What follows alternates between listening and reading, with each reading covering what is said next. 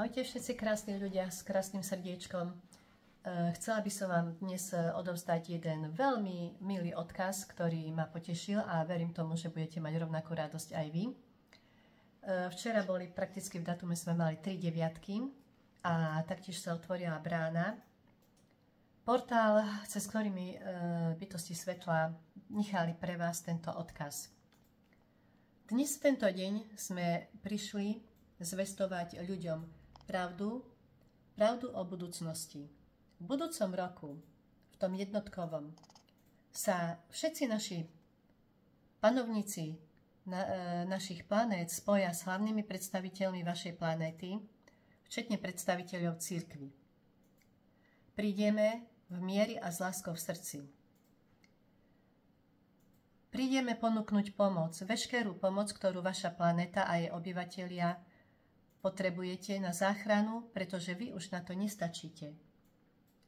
Dovtedy však bude stále prebiehať triedenie vás ľudí, ktorí majú dve možnosti. Svetlo, láska a záchrana, alebo temno, zlo a pád. Tretia možnosť nie je. Buď konáš dobro, alebo nie. Nestrannosť už netolerujeme a preto vy, ktorí sa rozhodnete, šírte pravdu, lásku i naďalej. Pomáhajte svetlu, pretože svetlo vás potrebuje.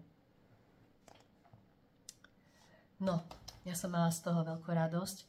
Možno, že niektorí ste takéto reči už o tom, že sa spoja mimozemské bytosti a tak ďalej počuli, ale teraz som to mala jednoznačne potvrdené od nich a ma to veľmi potešilo a som zvedavá, ako sa zachovajú naši panovníci a predstavitelia štátov a cirkev.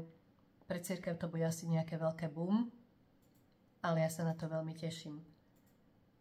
Dúfam, že budeme vedieť o tom, že nejakým spôsobom sa to dozvieme. No a budúce video by som chcela urobiť o blížiacej sa komete Lemur,